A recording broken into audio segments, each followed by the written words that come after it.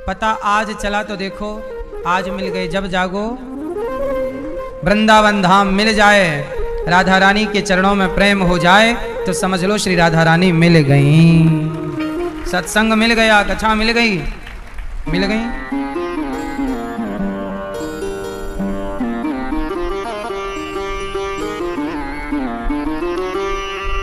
प्रिय भक्तों, आए हुए सभी भक्तों का बहुत बहुत स्वागत, वंदन, अभिनंदन।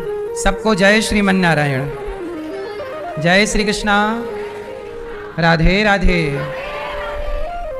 जय गौरी गोपाल। कैसे हैं आप लोग? सदा आप पर, आपके परिवार पर भगवान की कृपा बनी रहे, यही मंगल कामना भगवान के चरणों में आप सबके लिए।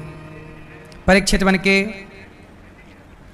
कथा का रसपान करने के लिए श्रीमती राजरानी अग्रवाल जी, हमारी मैया, कथा का रसपान करने आई हैं स्वर्गीय प्रकाश जी एवं पवन अग्रवाल जी की पुण्य स्मृति में। आपके पुत्र श्री प्रमोद बीना अग्रवाल जी, प्रमोद भैया और विनोद, रेखा अग्रवाल जी, विमल, सुषमा अग्रवाल जी, संजीव, सीमा अग्रवाल जी, सीमा जी, प्रदीप और किरण अग्रवाल जी। तो आप सभी प्रेम से कथा का रसपान कर रहे हैं और अपने जीवन को कृतार्थ कर रहे हैं। कुलदीप, संगीता अग्रवाल जी, बच्चे अर्पित, आकृति अग्रवाल एवं समस्त अग्रवाल परिवार बड़ोदरा गुजरात से आप आए हैं। तालियां बजाकर यजमान परिवार का स्वागत करें। आपका जन्म स्थान तो चंदौसी संभल है, पर आप सब गुजरात रहते हैं।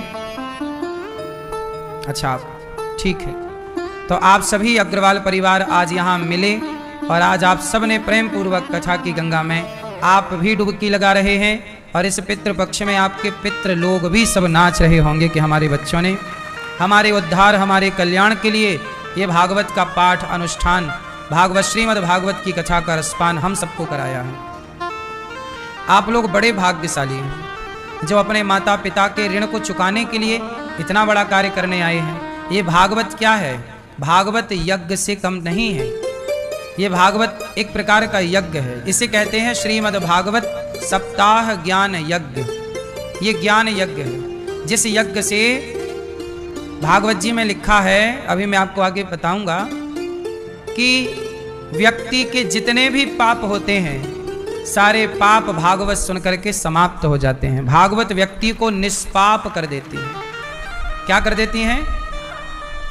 सारे पाप जल जाते हैं। इसलिए भागवत, अब देखो ना, परीक्षित जी को संत के अपमान के कारण श्राप लगा।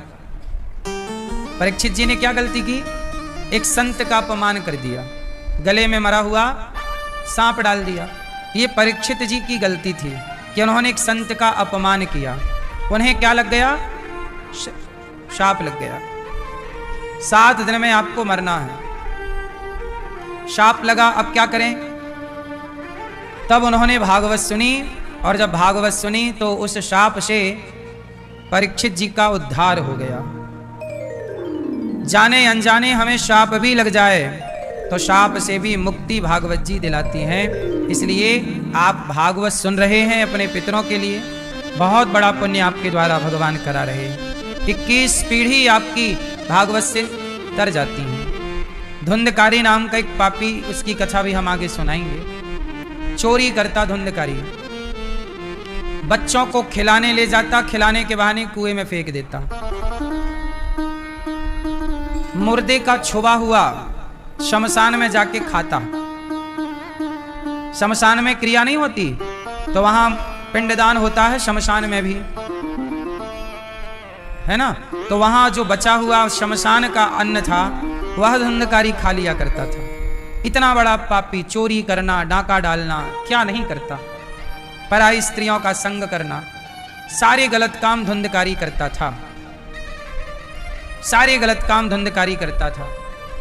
लेकिन वह धुंधकारी जब उसने भागवत गौकर्ण जी ने भागवत सुनाई तो वह पापी से पापी धुंधकारी इतना पवित्र हो गया कि उसके लिए विमान आया और भागवत सुनने के बाद वह विमान में बैठ के भगवान के धाम गया।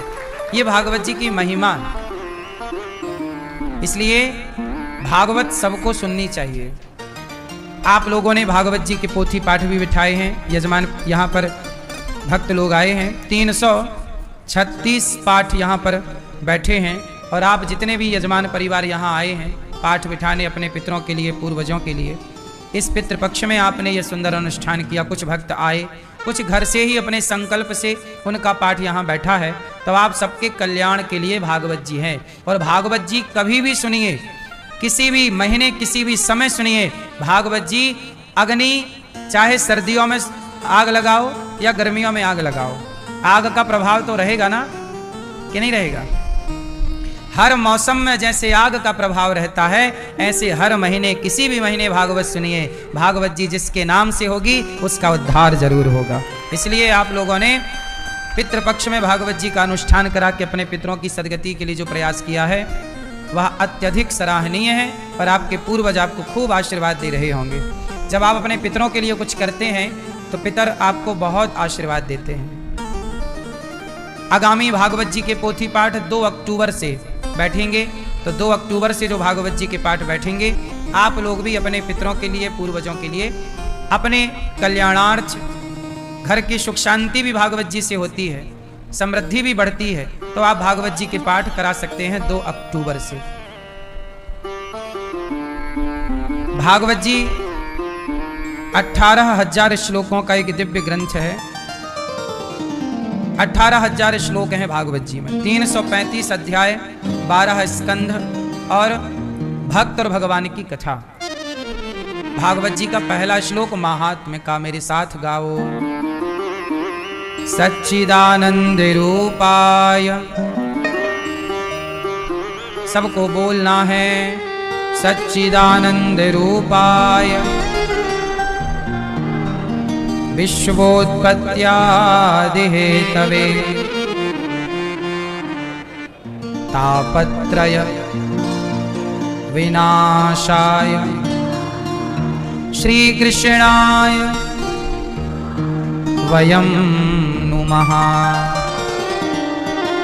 अर्थ इसका है सच्चिदानंद रूपाय विश्वोत्पत्त्यादि हेतवे सतचित आनंद बराबर सच्चिदानंद। सत चित आनंद भगवान के स्वरूप का वर्णन पहले अध्याय के महात्मा के पहले श्लोक में है।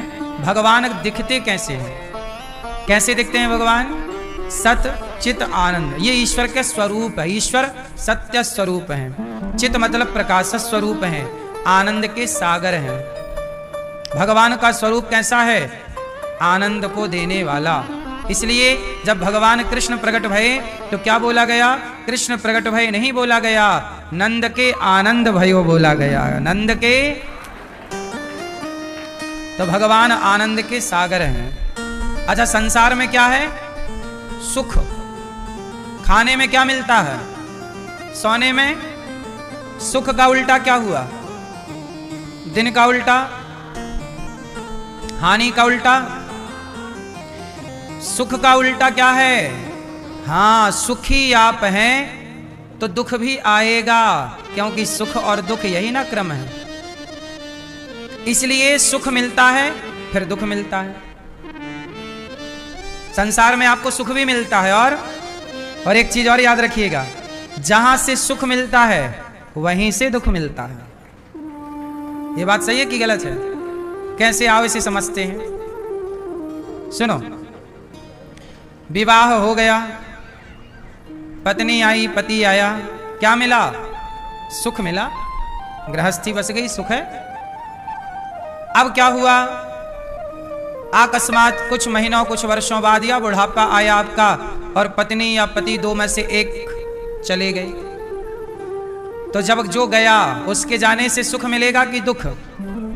क्या मिलेगा? पति चला गया, पत्नी चली गई। तो जब आई थी तो क्या मिला था? और जब गई तो पति आया तो क्या मिला? सुख। पति गया तो जहां से सुख मिला था वहीं से दुख प्राप्त होता है। बेटा आया, क्या मिला? बेटा गया, क्या मिला? जहां से सुख है वहीं से दुख है। शरीर स्वस्थ है, क्या मिल रहा है? सुख। शरीर बीमार है तो दुख कहां से मिलेगा? यहां दर्द है, यहां दर्द है। सुख भी तो यहीं से था, हाँ या ना? जहां से सुख वहीं से। इसलिए कहता हूं कि संसार का सुख, आज सुख है तो कल दुख जरूर आएगा। इसलिए कहता हूं भगवान की शरण में आओ तो भगवान की कथा सुख नहीं देती, भगवान की कथा में आनंद मिलता है। सुख का उल्टा हुआ दुख। जरा बताओ आनंद का उल्टा क्या हुआ? आनंद का उल्टा बताओ भैया,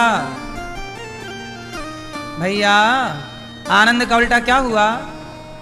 ओ मोबाइल वाले भैया, बेटा बताओ आनंद का उल्टा क्या हुआ? क्या आनंद का उल्टा? यहां उल्टा नहीं है, यहां सब कुछ सीधा सीधा है। भगवान की शरण में जो आ जाता है उसके जीवन में फिर कुछ उल्टा नहीं होता, उसके जीवन में सब कुछ सीधा सीधा होता है। आनंद का उल्टा कुछ नहीं है। आनंद का एक आगे है परमानंद, आनंद का एक स्टेप आगे, तो आनंद आपको और आगे ले जाके परम आनंद तक पहुंचा देगा। संसार में मिलता है सुख, और यदि सुख है तो दुख आएगा, क्योंकि उल्टा वही है। सिक्का आपके पास है तो सिक्का का एक पहलू आपके पास है तो दूसरा भी आपके पास ही होगा। बोलो हाँ कि ना? ये पुस्तक है मेरे पास, तो यदि पुस्तक का पहला पन्ना मेरे पास है तो इसका ये वाला हिस्सा भी होगा? नहीं होगा? होगा ही। ये वाला, यदि ये हिस्सा मेरे पास है तो ये भी मेरे पास होगा, क्योंकि ये और ये दोनों जुड़े हुए हैं। ऐसे सुख और दुख दोनों ऐसे ही है। इसलिए सुख के चक्कर में ना पड़ो। आप लोग क्या कहते हैं? भगवान सुख दे दो, सुख दे तो देंगे पर दुख कौन लेगा? क्योंकि वो आएगा जरूर, क्योंकि आप ये वाला पन्ना लोगे तो ये वाला अपने आप आ जाएगा। बोलो हाँ, सही है कि गलत है? सुख मांगोगे तो दुख अपने आप आ जाएगा। कुंती बुआ बड़ी होशियार हैं। कुंती बुआ ने इसलिए दुख मांगा कि दुख मांगेंगे तो सुख आ जाएगा। कुंती बुआ ने भगवान से क्या मांगा? हमें दुख चाहिए। लेकिन मैं आपको कहता हूं सुख दुख के चक्कर में ना पड़ो, आनंद चाहो। क्या चाहिए? क्या चाहिए? और जिसके जीवन में आनंद है उसके जीवन में ही परमानंद परमात्मा है। इसलिए सुख दुख से ऊपर उठो। कब तक उलझे रहोगे सुख दुख में? ना सुख अच्छा है और ना आनंद अच्छा है। सही है? इसलिए हमें तो भगवान की कथा में क्या आ रहा है? यहां सुख नहीं मिल रहा है, सुख है ही नहीं यहां। भगवान का प्रसाद खाए क्या आ गया? आनंद आ गया। भगवान के चरणों में याद करके सोए, आज तो भगवान की याद में ऐसे सोए कि क्या आ गया? आनंद। सब कुछ उस परमात्मा से जोड़ दीजिए। उठना उसके लिए, सोना उसके लिए, धन उसका, दुकान उसकी, मकान उसका, परिवार उसका, सब प्रभु आपका, सब तेरा। तेरा तुझको अर्पण क्या लागे मेरा, तेरा तुझको क्या लागे मेरा। अच्छा, यहां पर यह बात क्यों कहेगी क्या लागे मेरा? इसका मतलब क्या है? इस लाइन का जरा मुझे अर्थ समझाओ मैया आप। तेरा तुझको अर्पण क्या लागे मेरा, ये क्या लागे मेरा का मतलब क्या है? तेरा तुझको अर्पण क्या लागे मेरा, क्या अर्थ हुआ इसका? है? नहीं? आप बताओ मैया आप। तेरा तुझको अर्पण क्या लागे मेरा, सब आपका है, मेरा कुछ नहीं, ये अर्थ है? हाँ, ये अर्थ तो है, अर्थ तो यही है, पर इसमें एक विशेष चीज छिपी है, मैं वो प्रकट करना चाह रहा हूं। आप बताओ क्या अर्थ है इसका? तेरा तुझको अर्पण क्या लागे मेरा, क्या लागे मेरा। आप सब कहते हो ना ये लाइन, लेकिन इसका अर्थ आज समझा दूं यदि आप कहो आज्ञा करो तो। समझाऊं मैया आपको, समझाऊं मेरी मां? सुनो फिर, क्या लागे तेरा तुझको अर्पण क्या लागे मेरा। इसका अर्थ ये है कि हे प्रभु, ये बताओ इस संसार में मेरा है क्या? जब मैं पैदा हुआ था तब बताओ मेरे पास क्या था? जब मैं पैदा हुआ मेरे शरीर पे तो कपड़े भी नहीं थे। क्या था? कुछ नहीं। इसी संसार में मुझे भगवान ने मां दी। इसी संसार में आने के बाद मुझे माता मिली। भगवान की कृपा से पिता मिले। भगवान की कृपा से ही खाने को 2 वक्त की।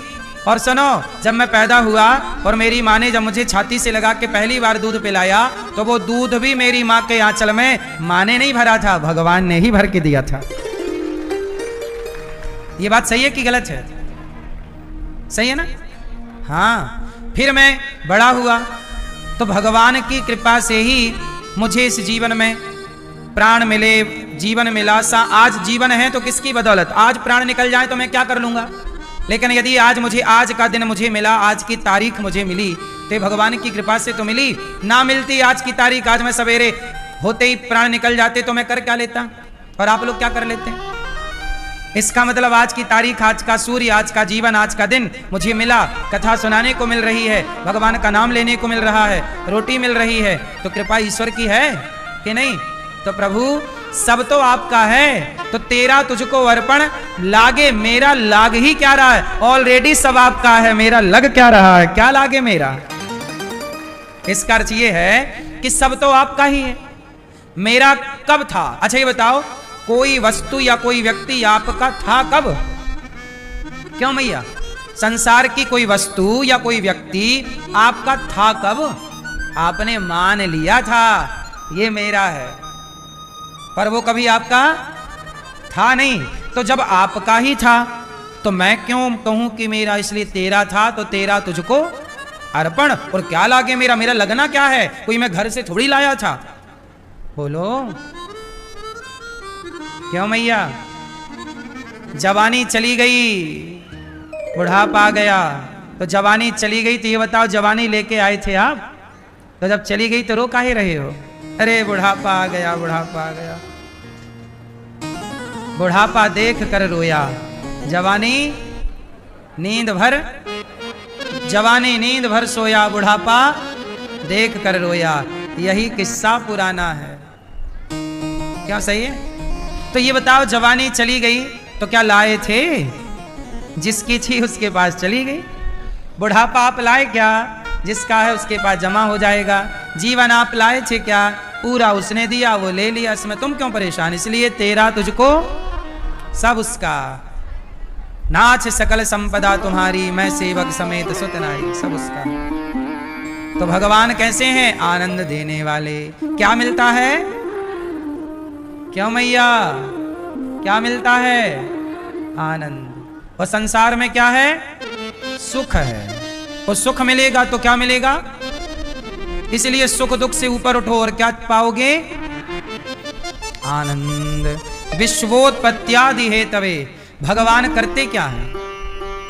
क्या करते हैं भगवान? हाँ मैया, क्या बोलती तू?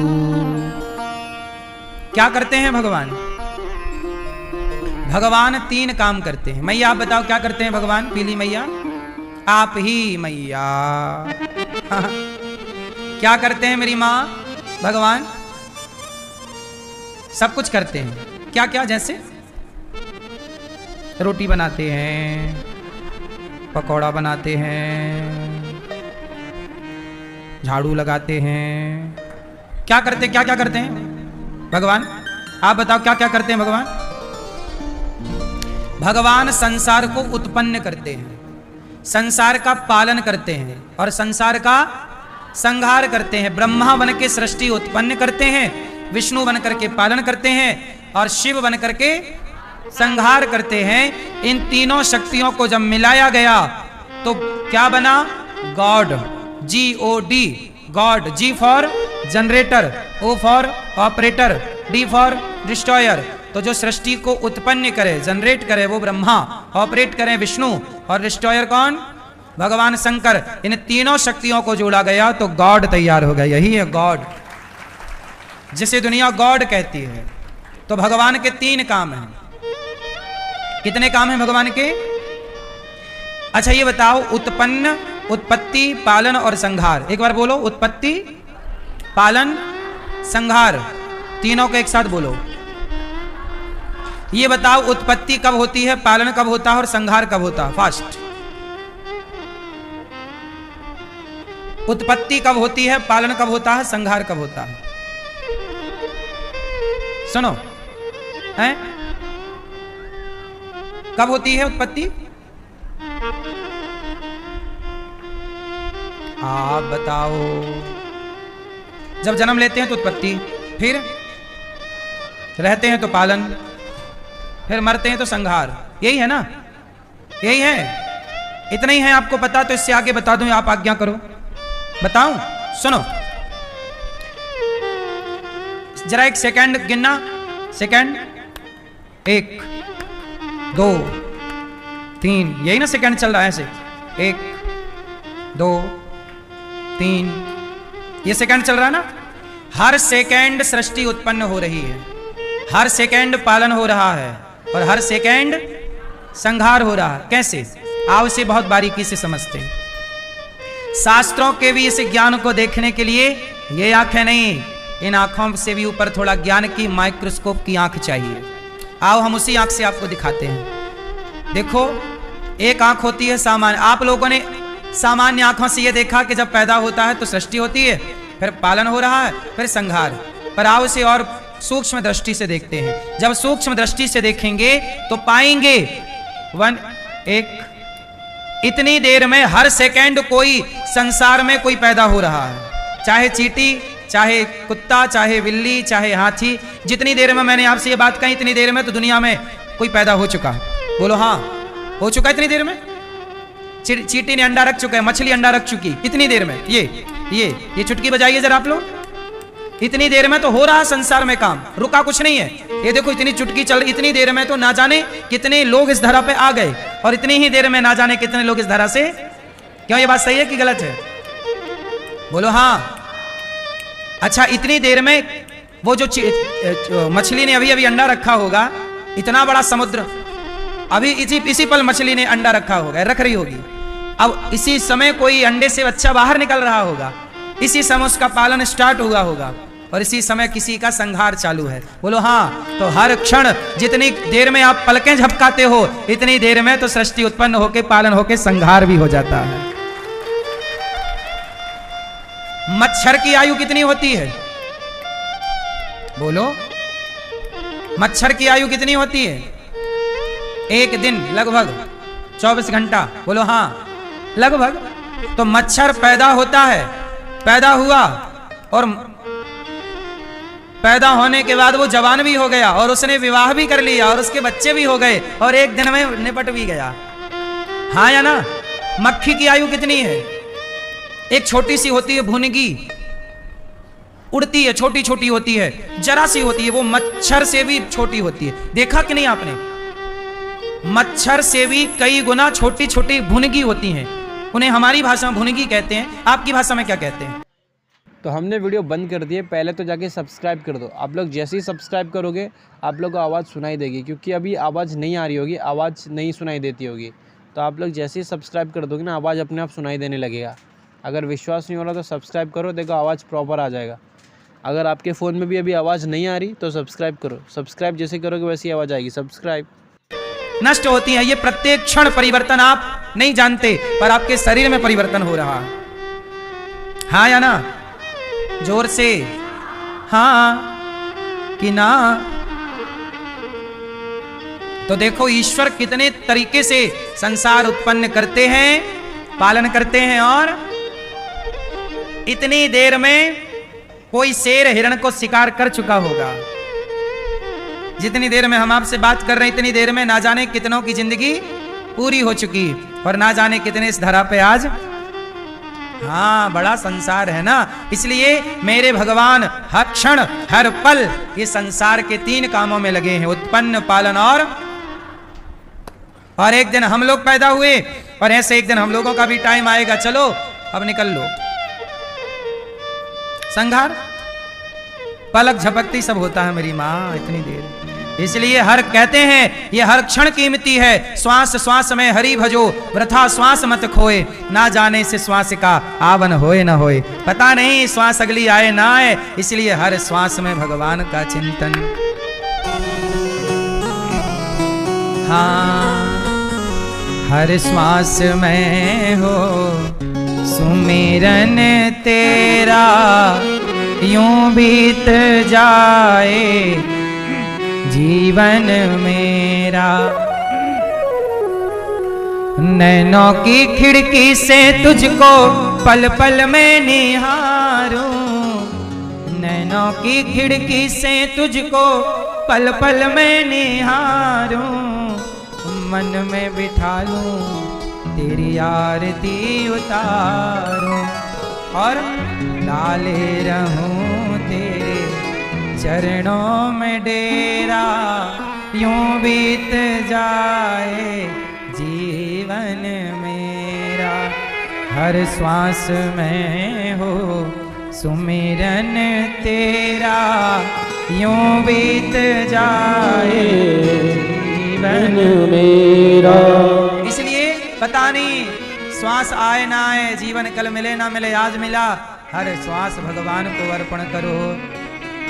तेरी पूजा करते बीते सांझ सवेरा, तेरी पूजा करते बीते सांझ सवेरा, यूं बीत जाए जीवन मेरा। ऐसे जीवन बीत जाए केवल भगवान की याद में। तो भगवान विश्व की उत्पत्ति, पालन और संहार कर रहे, हमारे सारे दुखों को दूर करते हैं भगवान। आपका दुख कौन दूर कर सकता है? कितने दुख होते हैं? क्यों मैया? भैया ओ पंचायती मैया, हो गई पंचायत छोरा से? बताओ कितने प्रकार के दुख होते हैं? भैया चश्मा वाले भैया बताएंगे दुख कितने प्रकार के होते हैं। आप कितने दुख होते हैं? चश्मा वाले भैया आपसे पूछ रहे हैं, दुख कितने तरह के होते हैं? मैया बैठ जाओ मेरी माँ, टाटा वाली मैया बैठ जाओ मेरी माँ, बैठ जाओ। अभी नहीं बैठोगी तो कब बैठोगी? बहरी मैया सुनाई नहीं पड़ रहा। चलो बताओ दुख कितने तरह के होते हैं? चश्मा वाले भैया, पीछे वाले भैया बताएंगे कितने तरह के दुख होते हैं? 3। कितने दुख भैया? 3। कितने दुख? दैहिक, दैविक, भौतिक। जो देह से उत्पन्न हो, कैंसर इत्यादि, ये दैहिक। देवताओं के द्वारा बाढ़ आ गई, गांव बह गया, ये दुख ही तो था। किसी का घर बह गया, बाढ़ में लोग मर गए, क्या था ये? दैविक, देवताओं के प्रकोप से दैविक ताप, ताप मतलब दुख। और भौतिक, सांप ने डस लिया, बीछी ने डंक मार दिया, ये भौतिक प्राणियों से एक्सीडेंट हो गया, भौतिक चीजों से, ये सब क्या है? भौतिक दुख। तो या तो दैहिक, या तो दैविक, या तो भौतिक। 3 प्रकार का दुख होता है। कोई तन दुखी, कोई मन दुखी, कोई धन बिन रहत उदास, थोड़े थोड़े सब दुखी, सुखी राम के दास। जो भगवान की शरण में हैं वो सुखी हैं, और जो भगवान को भूल गए वो कोई तन का रोगी, तन का रोगी, करोड़पति आदमी है पर दाल के पानी में रोटी भिगा भिगा के खाता है। बोले क्यों नहीं चकाचक खा रहा? बोले चकाचक खाएंगे ब्लड प्रेशर हाई हो जाएगा, मर जाएंगे, डॉक्टर ने मना किया है ज्यादा चकाचक नहीं खाने का, सिर्फ दाल का पानी पीने का। गरीबों को गरीबी नहीं खाने देती, अमीरों को डॉक्टर नहीं खाने देता, हिसाब बराबर। खाओ कैसे खाओगे? क्यों? बात सही है कि गलत है?